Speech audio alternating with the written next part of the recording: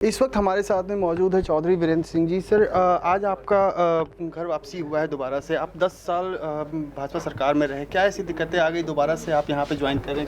दिक्कत कुछ नहीं थी। मैं तो ये कहूँगा कि सिर्फ दिक्कत की वजह से कोई पार्टी बदले वो तो गलत है। मैंने पार्टी बदलने का निर्णय इसलिए लिया कि कुछ जो सही बात हैं, जो विचारधारा की बात हैं, उन विचारधारा में मैं कांग्रेस को ज़्यादा ठीक मानता हूँ या भारतीय जनता पार्टी की विचारधारा को। शुरू में मुझे ये ख्याल था, जब मैंने पार्टी छोड़ी थी कांग्रेस, मैं समझता था कि बीजेपी की विचारधारा है, अपनी है, लेकिन कुछ ज़्यादा लंबा चौड़ा फ़र्क नहीं होएगा। चाहे मुद्दे अनेक होते हैं, लेकिन उसमें कार्यशैली में फ़र्क हो सकता है, लेकिन सोच में फ़र्क नहीं। लेकिन वहाँ मैंने सोच में फ़र्क पाया, और इस सोच के फ़र्क से मैं ये समझता हूँ कि अगर मैं कांग्रेस में आऊँगा तो मैं अपने मन से ये सोचूंगा कि प्रजातंत्र, पार्लियामेंट्री डेमोक्रेसी, उसको कायम रखने के लिए, उसको मजबूत रखने के लिए कांग्रेस में आके मैं ज़्यादा योगदान दे सकूँगा। और कांग्रेस ने जैसे इंडिया गठबंधन हुआ है, उसके परिणाम भी मुझे लगते हैं कि आहिस्ता आहिस्ता देश का जो मतदाता है वो इस बात को समझने लगा है कि कुछ ऐसी चीज़ें हैं जिनसे उसका मन पीछे हटा भारतीय जनता पार्टी के लिए। और मन पीछे हटने का मतलब है कि एक यूनाइटेड अपोजिशन का प्रयास हुआ, और उस प्रयास में अब लोगों का मन विपक्ष की जो इंडिया है उस पे लोगों का मन जा रहा है।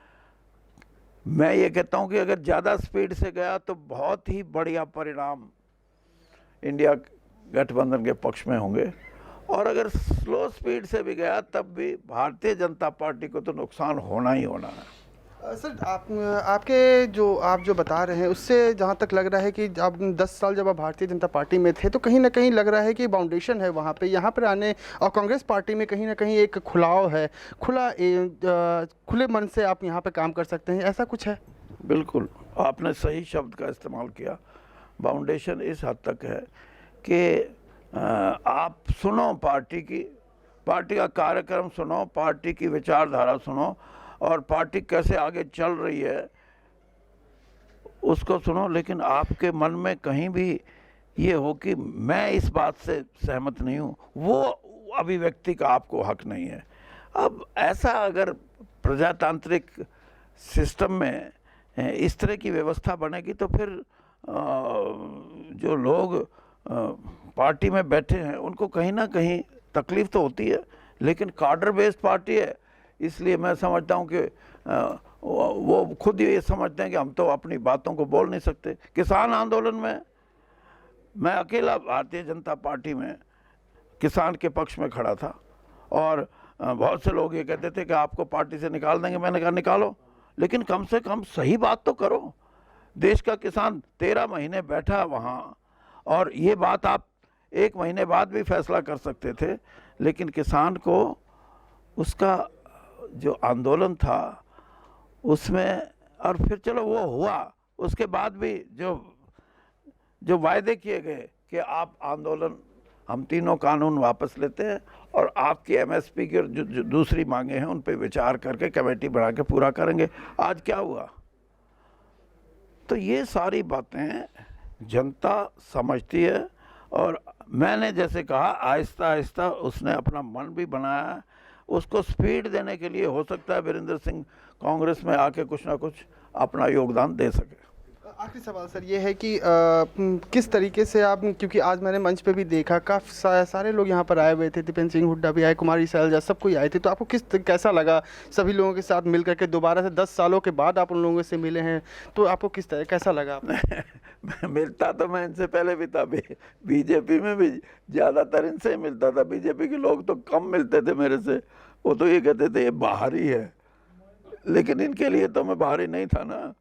और आज सब इकट्ठा हुए, मुझे भी खुशी है इस बात की। और ये मैसेज आप देखना, मैं अपने लिए नहीं कर रहा, ये पार्टी के लिए बहुत बड़ा मैसेज है। ये 400 पार का जो नारा जो लगा रहे हैं भाजपा सरकार, उसको लेकर क्या कहना है आपको? कुछ नहीं कहना, वो तो देखो बात यह है कि बड़ा नारा नहीं दोगे तो ये थोड़ा कहोगे कि हम अब की बार 300 तक लेके जाएंगे। 400 का नारा लगाएं, ठीक है, लेकिन एक पार्टी, अभी मैं आज न्यूज़पेपर में देख रहा था, 412 सीटें बांट दी उन्होंने और ये कह रहे हैं 25-30 सीट और।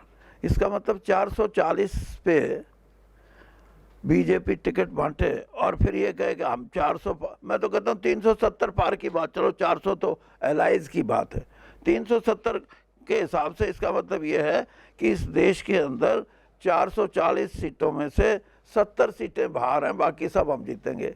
इससे बड़ा वैसे तो नारा तो अच्छा है, अगर ऐसा नारा नहीं लगाएंगे तो लोगों को आकर्षित कैसे करेंगे, लेकिन ऐसे नारे में कोई जान नहीं है। और जान इसलिए नहीं है कि अगर आप सही मानो तो 2019 का चुनाव एक अलग चुनाव था और उसमें जो फार्मूला बीजेपी का था वो वर्क कर गया। अब बार बार ऐसे फार्मूले थोड़े वर्क करते हैं, तो इसलिए मुझे नहीं लगता कहीं 370 या 400 पार की बात है। चुनाव होंगे और काफ़ी यानी मुकाबले के चुनाव होंगे और मेरा अपना ये मानना है कि जैसे जैसे विचार लोगों में पहुंचेंगे, इंडिया गठबंधन और मजबूती से चुनाव में आएगा और बड़ी संख्या में आप ये देखेंगे कि जो रिजल्ट आप नहीं सोच रहे वो रिजल्ट मिलेंगे। बहुत बहुत शुक्रिया बात करने के लिए। कैमरा पर्सन सचिन के साथ अभिषेक आनंद, इंडिया सुपरफास्ट, दिल्ली।